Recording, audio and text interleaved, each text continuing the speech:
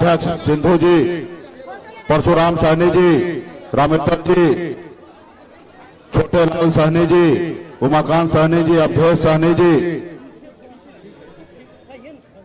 प्रधान जी, इस कार्यक्रम में उपस्थित समीर सहनी जी, राजू जी, महेंद्र सहनी जी और तमाम महागठबंधन के, इंडिया गठबंधन के सभी नेतागण मंच पर उपस्थित, इस सभा में बड़े संख्या में माता बहन, सम्मानित गार्जियन और हमारे नौजवान साथी, मीडिया के साथी, सभी को सनत मल्ला मुकेश सहनी की ओर से नमस्कार, प्रणाम। साथियों, अभी नामांकन सभा में उपस्थित हुए हैं। बस आप लोगों से आग्रह है कि मजबूती से हम लोग महागठबंधन के प्रत्याशी अवधेश जी को जिताएं, इसलिए क्योंकि ये चुनाव बहुत खास चुनाव है। ऐसे तो हर 5 साल में 2 बार चुनाव होता है, एक बार राज्य में मुख्यमंत्री बनाने के लिए और एक बार देश में प्रधानमंत्री बनाने के लिए साथियों। लेकिन ये चुनाव खास है, खास इसलिए कि आपके पूर्वज, हमारे पूर्वज ने इस देश को आजादी दिलाने के लिए 250 साल लड़ाई लड़ा।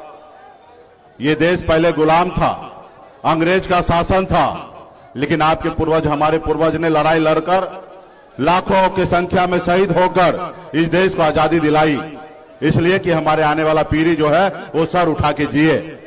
देश आजाद हुआ, बाबा साहब भीमराव अंबेडकर ने हमें एक संविधान बना के दिया, हमें लोकतंत्र बना के दिए, ताकि एक गरीब का बेटा भी सर उठा के जिए। साथियों, आज हमें जो भी मिला वो इस संविधान के द्वारा मिला। साथियों, अगर संविधान अगर नहीं होता तो आज आपके सामने में एक गरीब मल्ला का बेटा सीना चौड़ा करके आपके सामने में बात नहीं रख सकता। साथियों, बात नहीं कर सकता था। लेकिन आज अगर हम इस बात को रख रहे हैं, दुनिया के हर ताकत से लड़ने की बात कर सकते हैं, तो इसलिए क्योंकि बाबा साहब ने हमें अपना अधिकार दिया, संविधान दिया। लेकिन आज वो संविधान खतरे में है। आज भाजपा के लोग इस संविधान को नहीं मान रहे, इस संविधान को खत्म करने में लगे हुए हैं।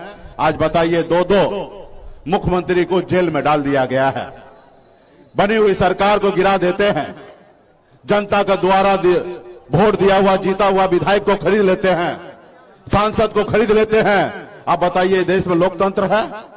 ये कहीं ना कहीं जनता का अपमान है कि नहीं है? आज बताइए, आप एक विधायक को चुनते हैं, आप अपने काम के लिए उनको चुनते हैं ताकि वो आपके क्षेत्र में काम करे, आपसे डरे और आपके एजेंडा पे काम करे। और कोई पैसा वाला आदमी अगर उसको खरीद ले तो फिर क्या होगा?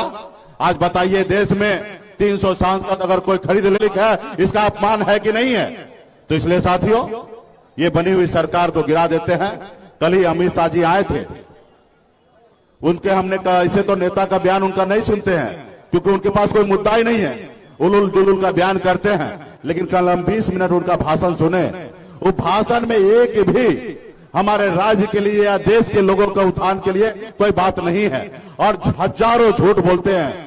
और कल तक तो हम मोदी जी को मानते थे कि झूठ बोलने में कलाकार है, महान है, लेकिन हम गृह मंत्री अमित शाह जी का भी बयान सुने, उन्होंने भी झूठ बोल रहे थे। वो कह रहे थे कि मंडल कमीशन को रोककर लागू होने नहीं दिया कांग्रेस पार्टी। अरे भैया, तुम कौन सदी की बात कर रहे हो? 10 साल से आपका सरकार है, आपको किसने रोका? मंडल कमीशन में भी सिफारिश है कि मछुआरा को आरक्षण मिलना चाहिए एससी का। आप कहां सोए हुए थे?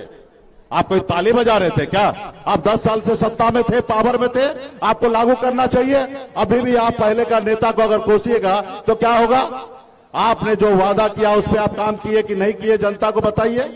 आपने क्या वादा किया था कि हर साल युवा को 2 करोड़ नौकरी देंगे। 10 साल में 20 करोड़ नौकरी होता, आप 20 लाख क्या 10 लाख भी नौकरी दिए। आप बताइए आगे कि आपने क्या दिया?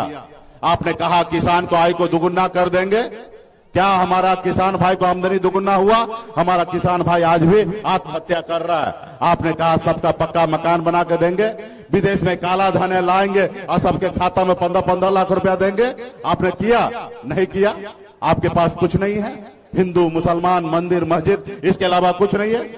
तो इसलिए साथियों, हम सबको लड़ाई लड़ना है, खास करके गरीब, पिछड़ा, अति पिछड़ा, ओबीसी, तमाम हमारे ऐसे वर्ग लोग जो गरीबी में जिंदगी जी रहा है, उसके लिए हक अधिकार की बात करेंगे।